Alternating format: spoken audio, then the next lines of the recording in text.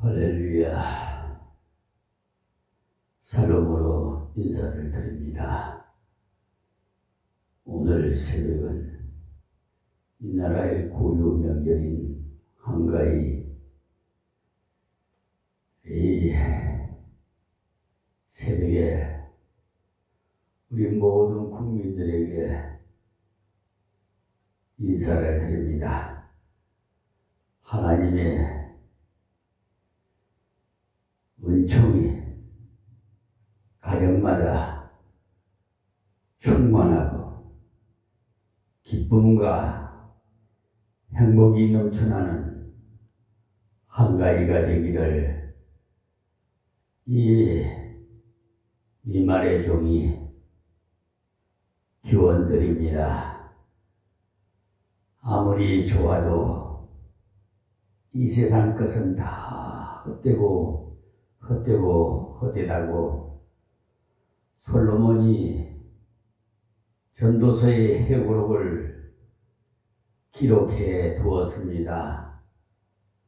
여러분들은 이 세상 사는 동안 우리 5천년의 역사를 가진 대한민국에 태어난 것을 자랑으로 자부하시고 세계 각처에 나가 사시는 우리 교포 여러분들과 또 위양선에서 수고하시고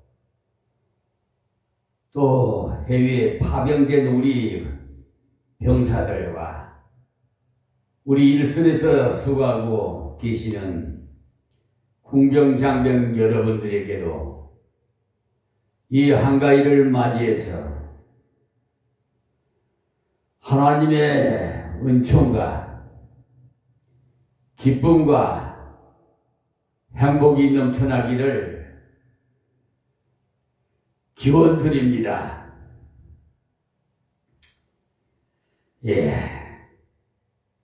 이 세상 끝이 아무리 좋다 해도 우리가 그할 영원한 처소인 천국만도 못하지요. 비교가 안 되지. 우리는 이 세상에 잠시 나그네같이 왔다가 안개같이 사라지는 그런 저희들입니다. 수천 수백 년 살 수 없어요. 하나님께서 각각 연수를 알고 계시기 때문에 부르시면 누구든지 가야 합니다. 오늘도 병상에서 수고하시고 그 병상에서 고통 중에 있는 우리 환자 여러분들도 하나님의 은총이 임하기를 바랍니다. 간병하시느라고 수고하시는 우리 간병사들과 요양사들 또 의사 모든 분들 각 부서에서 수고하시는 특별히 우리 이재명 대통령께 감사의 말씀을 드리면서 이 나라가 더욱 부강해서 자주국방으로 세계가 다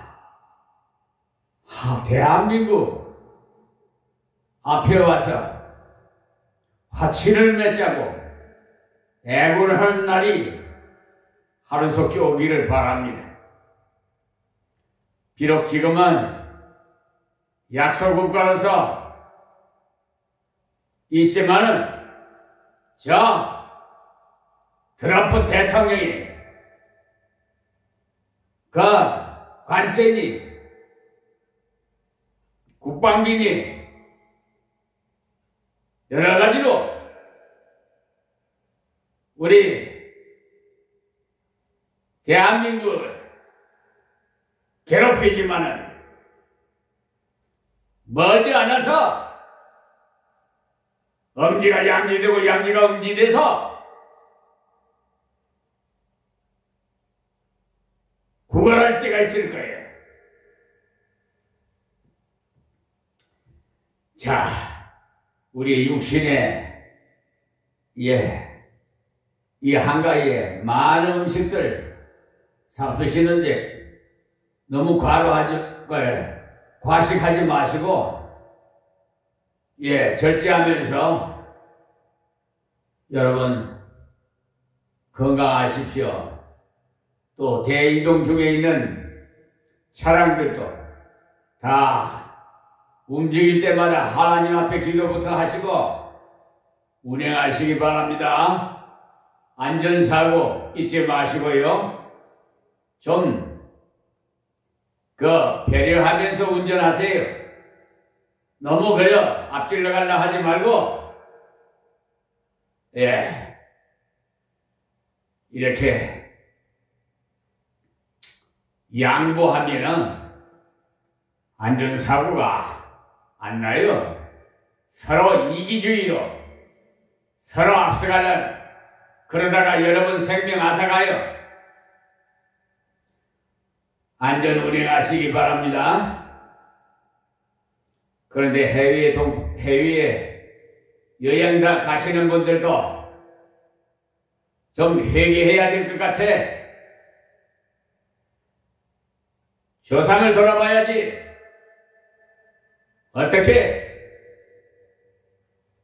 내가 어떻게 해서 태어났는지도 모르고, 세상에 그렇게 향락에 도취돼가지고 회개했어야 돼. 이런 날은 특별히 성묘도 하고 온 가족이 앉아서 그동안 못다한 얘기도 서로 나누고 부모와 서로 기쁨을 같이 나눠야 되는데, 형제간에도 서로 우애 있게 살아야 되는데, 이 나라가 어떻게 된 판지, 동방예의지국이라는 나라가 창피스러워. 오늘 아침에도 나오면서 사실 진땀 뺐어요. 왜냐고요? 이 가을로 가다가 한복을 입다 보니까, 혼자서 주섬주섬 주워서 입다 보니까, 댕기 매는 건지, 고름 매는 건지, 이게 진땀 뺐어요. 자, 오늘도 하나님 말씀 먹읍시다. 고린도전서 2장 2절 말씀부터 드리겠습니다. 내가 너희 중에서 예수 그리스도 그의 십자가에 못 박히신 것 외에는 아무것도 알지 아니하기로 작정하였음이라. 아멘. 이 작정했다는 말은 나도 모르는 사이에 인간의 교묘한 지혜로 하려는 생각이 들어간다는 겁니다. 그래서 그런 식으로는 결코 안 하기로 작정했다는 겁니다. 철학 도시 아테네에 가서 이 바울 사도가 한번 전도의 실패를 하고 작정하고 주 예수 외에는, 십자가 위에는 다른 자랑할 것이 없다고 이렇게 고백하고 있잖아요. 오늘 실패가 그 디딤돌이 돼서 성공의 출발점이 되는 겁니다. 낙심하지 마세요. 사업에 실패했다고 낙심하지 마시고 딛고 일어서세요. 할 수 있어요. 하나님이 도우시면. 그러니까 모든 것에 먼저 하나님 앞에 기도부터 시작해서 출발해야 돼요.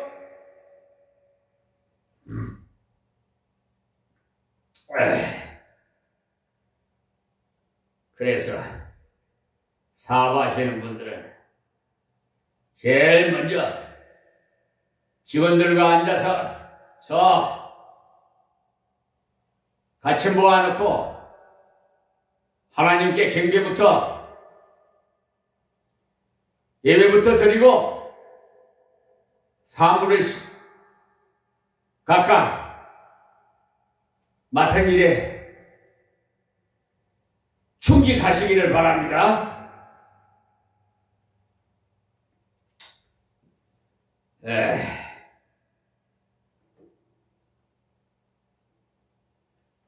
그래서 이런 식으로 결코 안 하기로 작정했다는 건데, 즉 자기를 자주자주 점검했다 이 말입니다. 오직 예수 그리스도와, 그러니까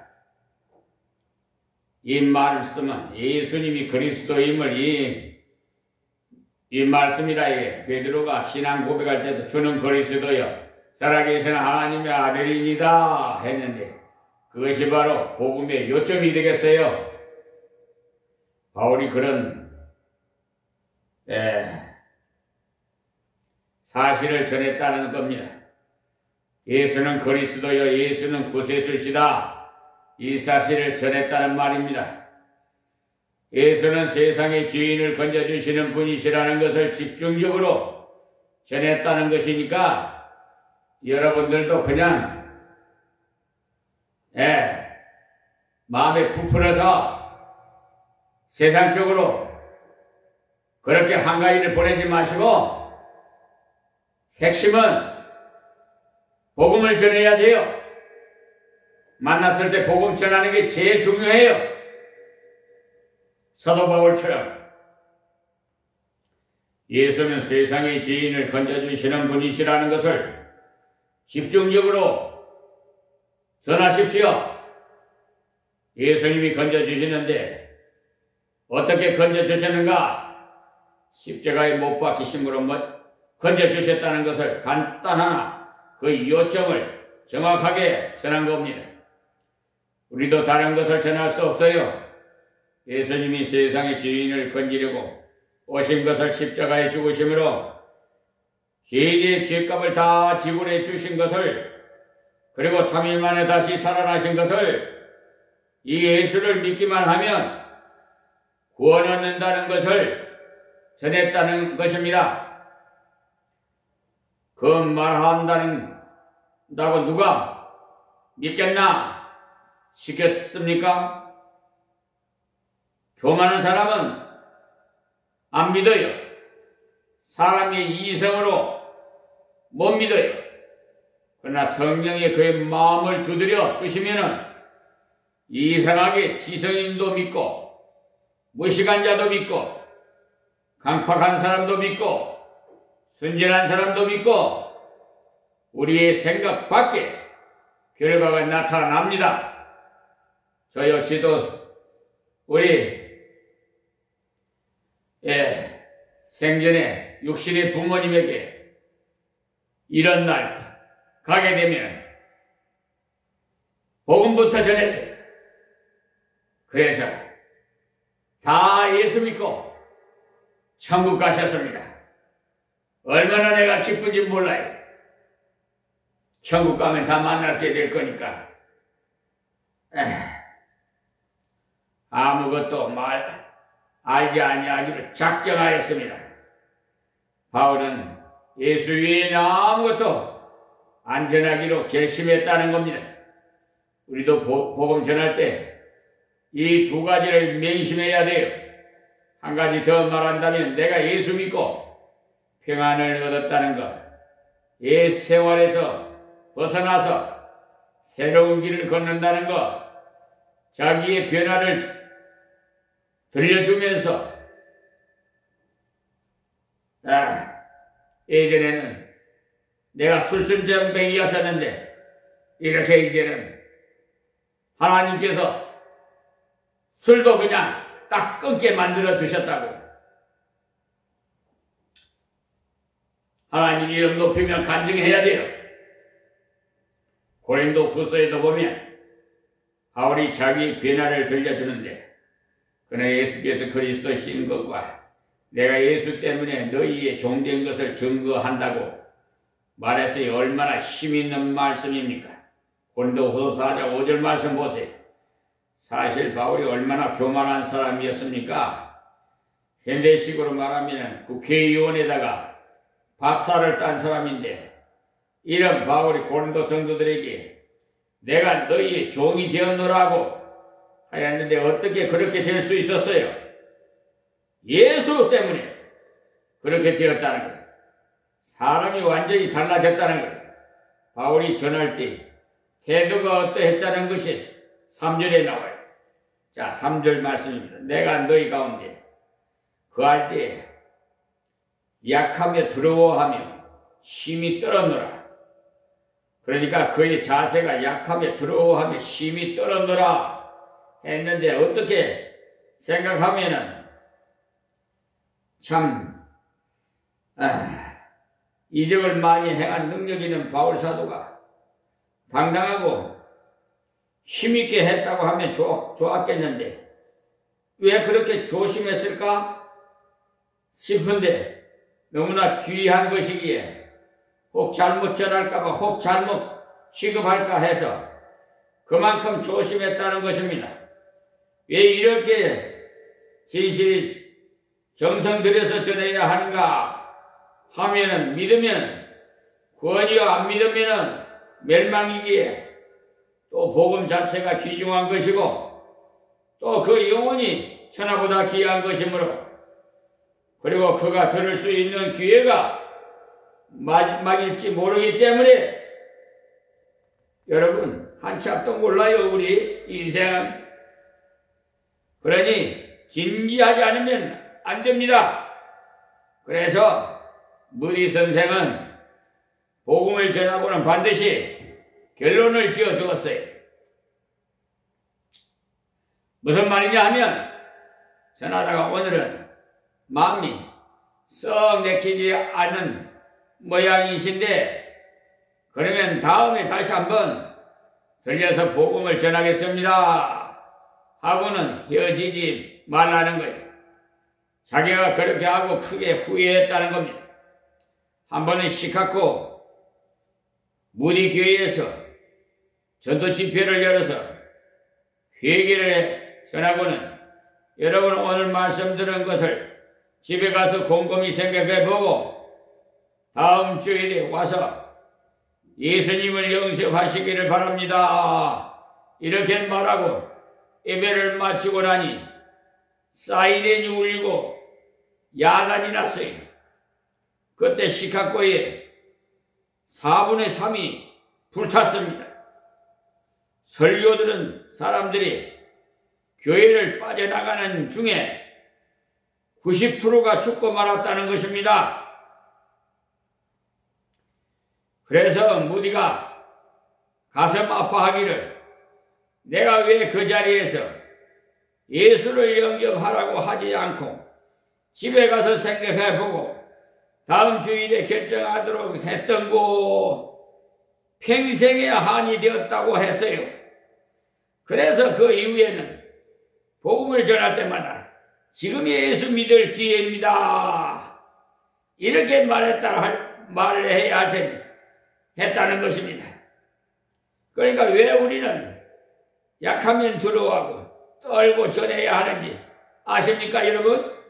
나의 부족을 아니까, 이 위대한 복음을 혹 잘못 전할까봐 귀중한 영혼을 생각하니까 이 기회가 마지막일지 모르니 진지하게 전하지 않을 수가 없다는 겁니다. 베드로전서 3장 15절에도 너희 마음에 그리스도를 주로 삼아 거룩하게 하고 너희 속에 있는 소망에 관한 이유를 묻는 자에게 대답할 것을 항상 준비하라고 하셨어요. 무슨 말씀이냐면, 어떤 사람이 당신은 왜 예수를 믿소?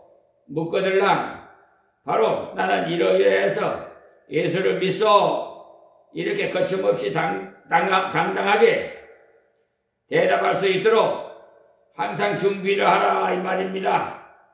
준비하되 어떤 자세로 하려냐? 온유와 두려움으로. 온유라는 건 친절해야 돼요. 챙기라다는 말이에요. 두루뭉이라는 것은 진지하게 전하라는 말이고요. 그러니까 아주 친절하게 설명하면서 진지하라는 것입니다. 농담으로 하지 마세요. 바울이 고린도에서 복음을 전할 때 얼마나 진지하게 전했는지 떨면서 전했다는 거예요. 바울도 몸도 약한 사람이었어요. 그래서 그 약한 부분을 고쳐달라고 3번이나 간절히 기도했다는 것이 고린도 후서에 나오는데, 학자들의 의견에 의하면 아마도 눈이 신통찮았지 않았나 보는데, 바울이 다메섹 도상에서 강한 빛으로 인해서 봉사가 되었다가 낫기는 했지만 그 후유증으로 눈이 나빠지지 않았겠나 이렇게 보는 겁니다. 그리고 교회사를 참고해 봐서 전해오는 이야기로 바울이 눈곱이 자주 나오고 눈물도 자주 나왔다는 건 슬퍼서 나오는 눈물이 아니라 평소에 눈물이 흘렀다고 되어 있으니 설교하면서 눈물을 닦아야 하니, 어떤 사람은 자기 병이나 좀 고치지 남은 척척 잘 고치면서 자기는 왜 그렇지 했을 것 아니겠어요? 그래서 바울이 3번이나 간절히 기도했더니 하나님께서 말씀하시기를 내 은혜가 내게 족하다. 내가 약함 중에 강하니라. 내가 많은 계시를 받았는데 만약 몸까지 건강하면 교만할까 하노라. 그 해답을 얻은 후에 바울은 나는 내 약함을 자랑하노라. 내가 약함으로 하나님의 능력이 내게 머물러 있으니 라고 하면서 감사했어요. 고린도 후서 12장 7절에서 10절 말씀 보세요. 그 때문에 예수 믿는 사람이 부자 되어야 복음이 전해지는 것도 아니고 건강해야만 복음이 전해지는 것도 아닙니다. 하나님의 성령의 능력이 함께해야만이 복음이 전해지는 겁니다. 4절 말씀입니다.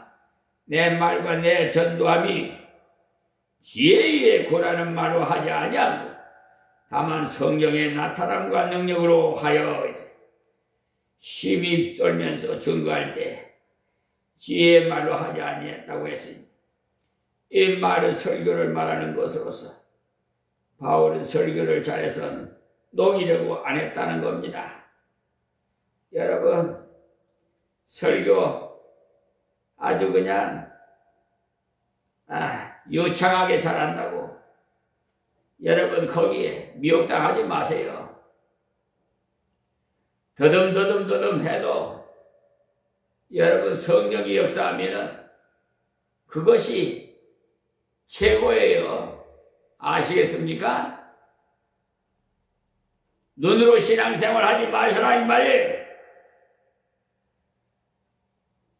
다만 성령이 나타남과 성령이 역사할 때 말씀을 통해서 성령이 함께 하시는 증거가 나타나는 사람이 있고, 신유를 통해서 나타나는 사람이 있고, 방언을 통해서 나타나는 사람이 있고, 사람마다 달라요. 바울은 말씀의 은사를 받았기 때문에 말씀을 통해서 성령이 나타나셨어요. 그럴 때 자기의 말재주로는 일할 것이 아니라 성령께서 역사하시는 증거가 보이도록 했다 이 말씀이 성령의 나타남과 능력으로 하여 있어.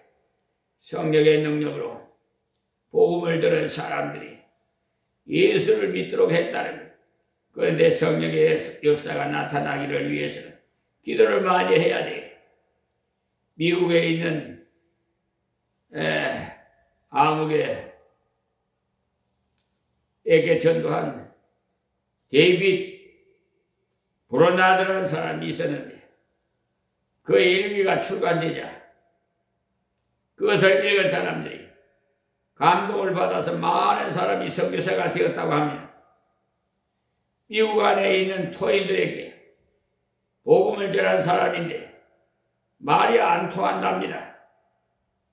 그들에게 복음을 전하고자 얼마나 기도를 했는지 그분은 겨우 28세만 살고 폐병으로 돌아가셨는데 그가 전한 복음의 열매는 엄청났다는 겁니다. 그는 열심히 기도하고는 복음을 전했다는데 그분의 전기를 읽어보니까 바울이 3절에 말한 그대로의 심정으로 전했다는 사실, 그도 약하며 두려워하며 심히 떨면서 전했다는 겁니다. 기도를 그토록 열심히 했다면 호랑이같이 설교할 것 같은데 그렇지 않았어요. 자기가 얼마나 부족한가를 알기에 벌벌 떨면서 두려워하면서 전했다는 거예요. 언어가 제대로 통하지 않는 그들에게 복음을 전했고 그가 죽자 그의 일기를 통해서 많은 사람이 선교사가 된 것을 바로 성령의 나타남인 것입니다. 자, 5절 말씀이에요. 너희 믿음이 사람의 지혜에 있지 아니하고 다만 하나님의 능력에 있게 하려 하였노라. 왜 그렇게 전했느냐 하면 만약에 말에 교모함으로 전했는데 듣는 사람이 그 말을 믿었다면 결과적으로 사람의 속임수를 믿었으니 헛된 것이라는 겁니다. 지금 그런 사람들이 많아요. 성령의 나타남을 인해서 예수를 믿었다면 바로 하나님의 능력을 믿는 것입니다. 그래서 바울은 어쨌든지 사람을 믿지 않고 하나님을 믿도록 애썼다는 겁니다. 목사가 잘못하면 사람들을 자기를 따르도록 합니다. 부흥사가 잘못하면 하나님을 믿도록 하지 않고 자기를 믿도록 해요. 요즘 어느 목사님처럼 말이에요. 그래서 자기만 따르도록 하는 경우도 있는데 성도는 아무리 신령한 부흥사를 통해서 은혜를 깨달았다 하더라도 어느 부흥사를 따르지 마세요. 주 예수를 믿어야지. 사람을 믿어서 어쩌겠다는 거예요. 바울같이 위대한 사도도 자기를 믿지 않게 하기 위해서 소박한 복음을 전했어요. 우리도 이 말씀을 기억하시오. 김종선 목사를 믿지 말고 예수님을 믿으란 말씀을 드립니다. 오직 예수만이 구세주임을 전합니다. 그뿐만이 왜 구세주십니까? 그가 죄인을 구하기 위해서 십자가에 죽으셨다가 3일 만에 다시 살아나신 것, 그것을 볼 때 그분은 구세주시고 내가 그분을 믿었을 때 지금까지 몰랐던 평안이 왔고 새 생명을 얻었다. 그것을 전하십시오. 전할 내용은 그것이고 전할 방법은 조금 전에 말씀드린 대로 자기의 부족을 알아서 하나님을 전적으로 의지하면서 기도해야 하시고 하나님이 주시는 능력과 지혜로 진지하게 전하십시오.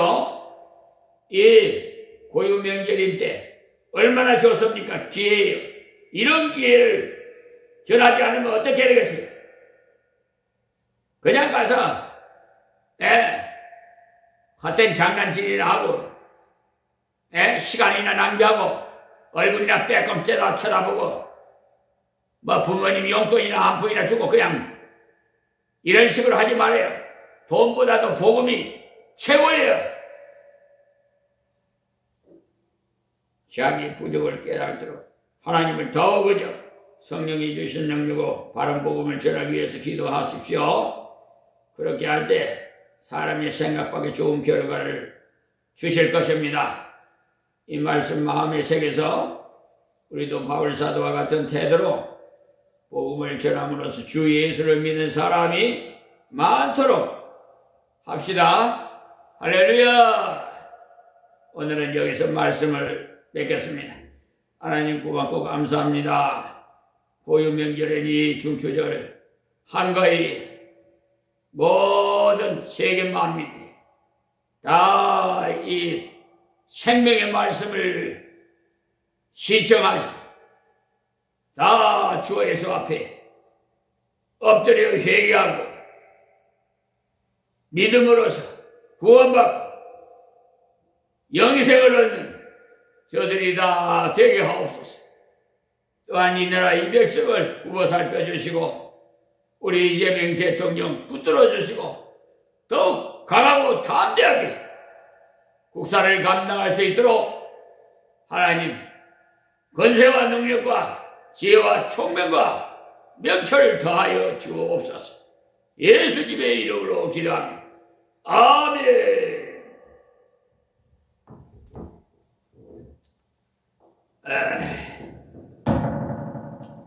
우리 생전에